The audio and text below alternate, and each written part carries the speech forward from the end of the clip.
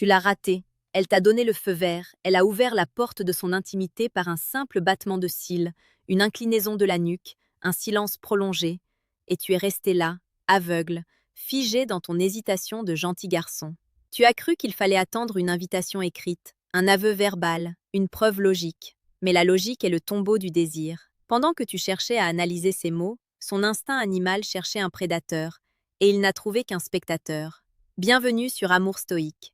Oublie tout ce que les coachs en séduction parfumée à la guimauve t'ont raconté. Oublie les phrases d'approche mémorisées et les compliments qui te rabaissent au rang de mendiant affectif. Ce que je m'apprête à te révéler n'est pas une méthode pour plaire, c'est une chirurgie de la perception. Je vais t'apprendre à ouvrir ton troisième œil social, celui qui voit à travers le masque social pour lire la vérité biologique inscrite dans la chair. À la fin de cette immersion, tu ne regarderas plus jamais une femme de la même manière.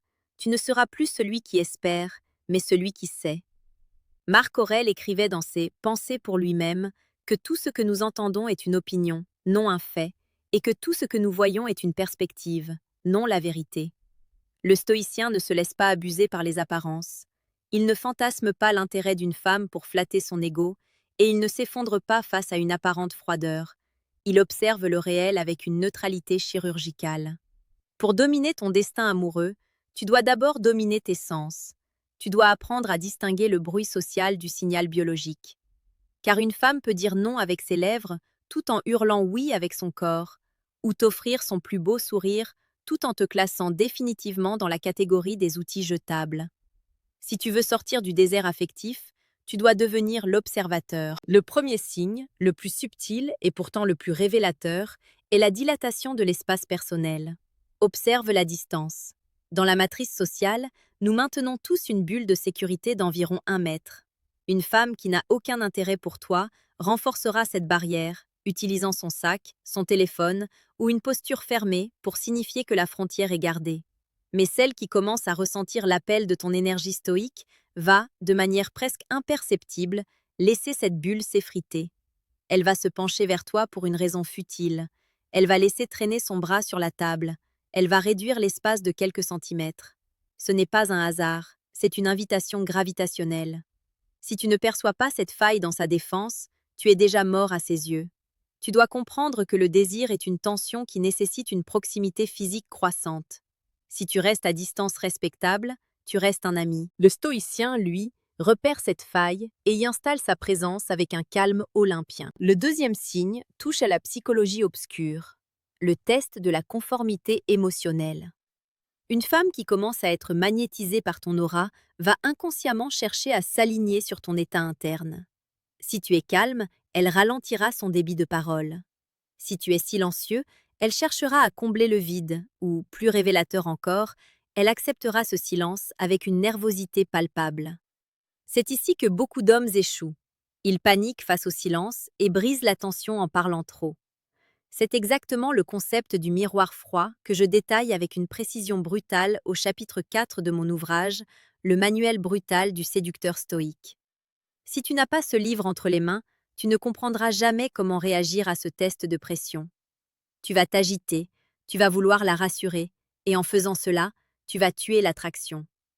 Le manuel brutal t'apprend à rester le point fixe dans son chaos émotionnel. Il t'apprend à devenir le rocher sur lequel ces vagues viennent se briser. Sans cette maîtrise du mental, tu resteras un jouet entre ses mains. Le troisième signe est la synchronisation biomécanique. Regarde ses mains, regarde la direction de ses pieds. La bouche peut mentir, l'éducation peut simuler la politesse, mais les pieds ne mentent jamais. S'ils sont pointés vers toi alors qu'elle parle à quelqu'un d'autre, son inconscient est déjà chez toi. Observe si elle imite tes gestes de manière décalée. Si tu prends ton verre et qu'elle prend le sien quelques secondes plus tard, le rapport de force est établi. Elle est en mode réception. Elle a quitté son piédestal social pour entrer dans ta sphère d'influence.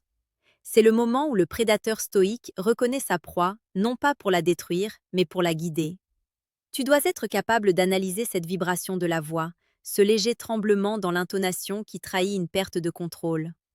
Elle essaie de paraître détachée, mais sa physiologie est en train de capituler. Abonner ta conscience à la chaîne Amour stoïque est ta première étape pour ne plus jamais manquer ces micro-signaux. Passons au quatrième signe, celui de la provocation déguisée.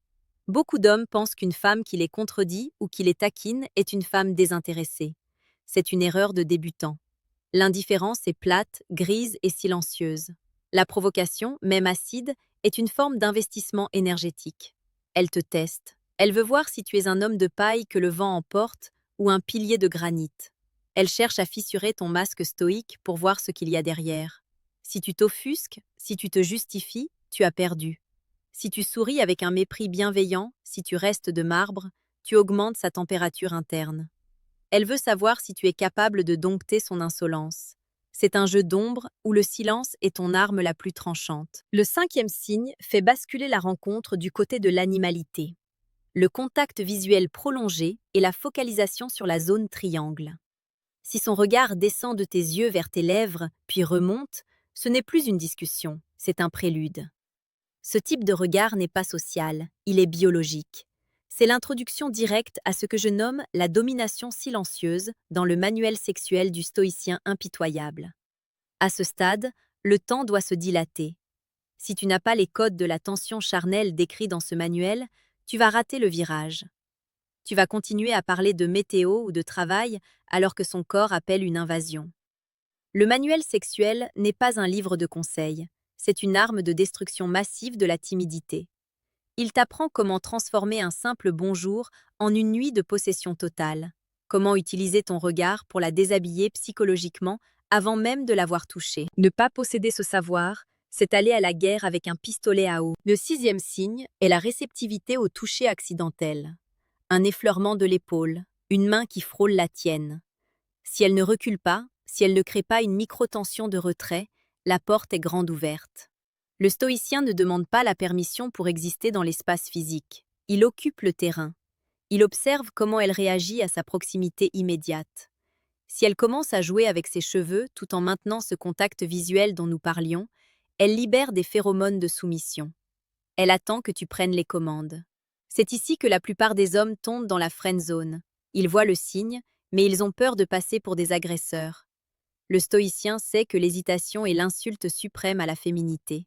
Le manuel sexuel du stoïcien impitoyable te donnera la légitimité intérieure pour agir sans peur, avec une précision chirurgicale, car tu sauras exactement lire la limite entre le désir et le refus. Enfin, le septième signe, le plus puissant, l'investissement temporel et personnel injustifié. Si elle te raconte des détails intimes, si elle cherche à prolonger la soirée par des excuses futiles, si elle te répond à des heures indues sur les réseaux sociaux, elle est en train de se lier émotionnellement à ton image. Elle essaie de combler son propre vide émotionnel par ta présence.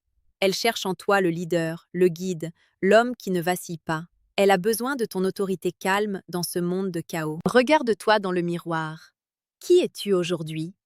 Es-tu l'homme qui subit les humeurs des femmes, qui attend désespérément un signe de tête pour se sentir exister? Ou es-tu l'observateur, celui qui maîtrise les arcanes de la psychologie évolutionniste et de la domination stoïque? La médiocrité est un choix de chaque instant. Rester dans l'ignorance, c'est condamner ton existence à être une suite de rejets et d'incompréhension. Tu as aujourd'hui deux chemins devant toi. Le premier est de fermer cette vidéo, d'oublier ce que tu as entendu et de retourner dans la matrice, là où tu continueras à être utilisé, ignoré et finalement oublié. Le second chemin est celui de l'arsenal stoïque. Dans le premier lien en description, tu trouveras ton bouclier, le manuel brutal du séducteur stoïque. C'est l'outil pour ton cerveau. Pour ne plus jamais être naïf, pour comprendre les tests, pour briser les manipulations et forger un mental d'acier. Dans le deuxième lien, tu trouveras ton épée, le manuel sexuel du stoïcien impitoyable. C'est l'outil pour ton corps et ton action. Pour maîtriser la tension sexuelle, pour dominer dans l'intimité, et pour que plus jamais une femme ne s'ennuie en ta présence. Ce n'est pas un achat, c'est un investissement sur l'homme que tu vas devenir. Ne me demande pas si ces livres fonctionnent. Demande-toi si tu as le courage de devenir celui qui les applique. Le monde appartient à ceux qui voient ce que les autres ignorent. Ne laisse pas une autre opportunité glisser entre tes doigts parce que tu as eu peur de savoir. Abonne-toi à Amour Stoïque si tu es prêt à embrasser la dureté de la vérité. La connaissance est une ombre qui ne révèle ses secrets qu'à ceux qui osent y marcher. Le silence est ton meilleur allié. L'observation est ton arme la plus sûre. La domination est ton seul destin. Nous nous retrouverons dans l'arène. Et n'oublie jamais, Une femme ne désire pas un homme qui a besoin d'elle. Elle désire un homme qui sait qu'il peut se passer d'elle. C'est là que réside ta véritable puissance. Sois le maître de ton âme, sois le capitaine de ton désir. À bientôt sur Amour Stoïque.